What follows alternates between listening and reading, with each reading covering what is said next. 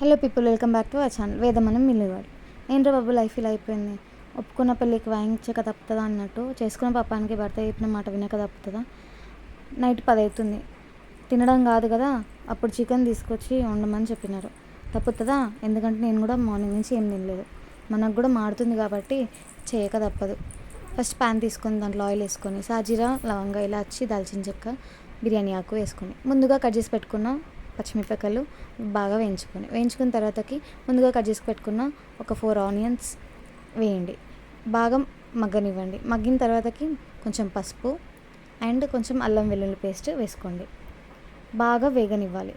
మంచి పచ్చివాసన పోయి మంచిగా ఆయిల్ బాగా పైకి తేలే వరకు మగ్గనివ్వాలి. మగ్గిన తర్వాతకి అల్లం వెల్లుల్లి పేస్ట్ నుంచి మంచి ఒక స్మెల్ వస్తుంది. ఆ స్మెల్ ఎంతమందికి ఇష్టం? నాకైతే చాలా ఇష్టం.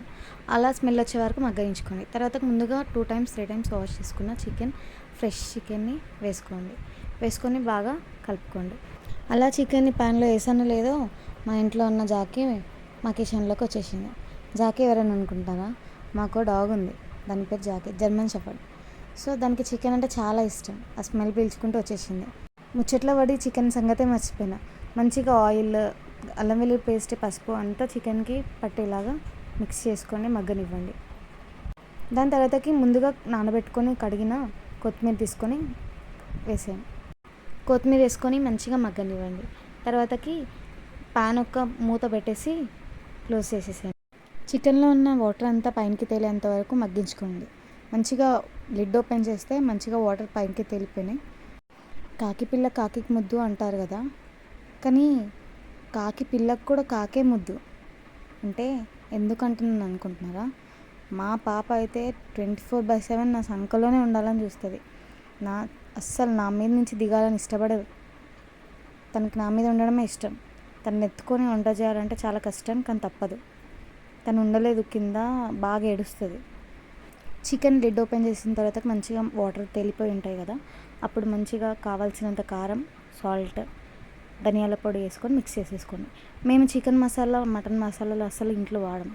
ఎందుకని అనుకుంటున్నారా? మనీ వేస్ట్ కోసం కాదండి. బయట చేసే మసాలాలు అంత మంచివి కాదని మేము వాడము. దానికి బదులుగా ఇంట్లోనే గరం మసాలా ప్రిపేర్ చేస్తాం, స్పైసెస్ అన్నీ వేసి. అవన్నీ మంచిగా మిక్స్ చేసేసుకోండి. ఏంటక్క అంత ఆయిల్ తింటే ఉంటారా మనుషులు అనుకోకండి. అది చికెన్లో నేను టొమాటో ఏమీ వేయలేదు కదా, అందుకే ఆయిల్ ఎక్కువ తేలుతుంది. తర్వాత కొంచెం వాటర్ యాడ్ చేసుకోండి. ఎందుకు వాటర్ అని పోసిరు అట్లనే అనకనే, మాది పెద్ద జాయింట్ ఫ్యామిలీ, 10 members ఉండే జాయింట్ ఫ్యామిలీ. అన్నీ అడ్జస్ట్ అయ్యి తినాలి. చాలామందికి తెలుసు జాయింట్ ఫ్యామిలీ ఉంటే. ఇప్పుడు యాడ్ చేస్తున్నది నేను ఇంట్లో రెడీ చేసిన సీక్రెట్ మసాలా అంటే ఏం లేదు, చికెన్ మసాలా, మటన్ మసాలా వాడమని చెప్పిన కదా, దాని బదులుగా మేము రెడీ చేసుకుంటాం ఇంట్లో. అది ప్రిపరేషన్ వీడియో కావాలంటే కమెంట్ చేయండి. దాని తర్వాతకి మంచిగా మగ్గిపోయిన తర్వాతకి లిడ్ క్లోజ్ చేసుకొని ఓపెన్ చేశాక మంచిగా దాని మీద కొత్తిమీర, పుదీనా వేసుకొని ముక్క ఉడికేదాకా చూసుకోండి. తర్వాతకి ఆయిల్ పైన తెలియేంత వరకు మంచిగా మగ్గించుకోండి. మన ఎంతో టేస్టీ అయిన వేడి చికెన్ కర్రీ రెడీ.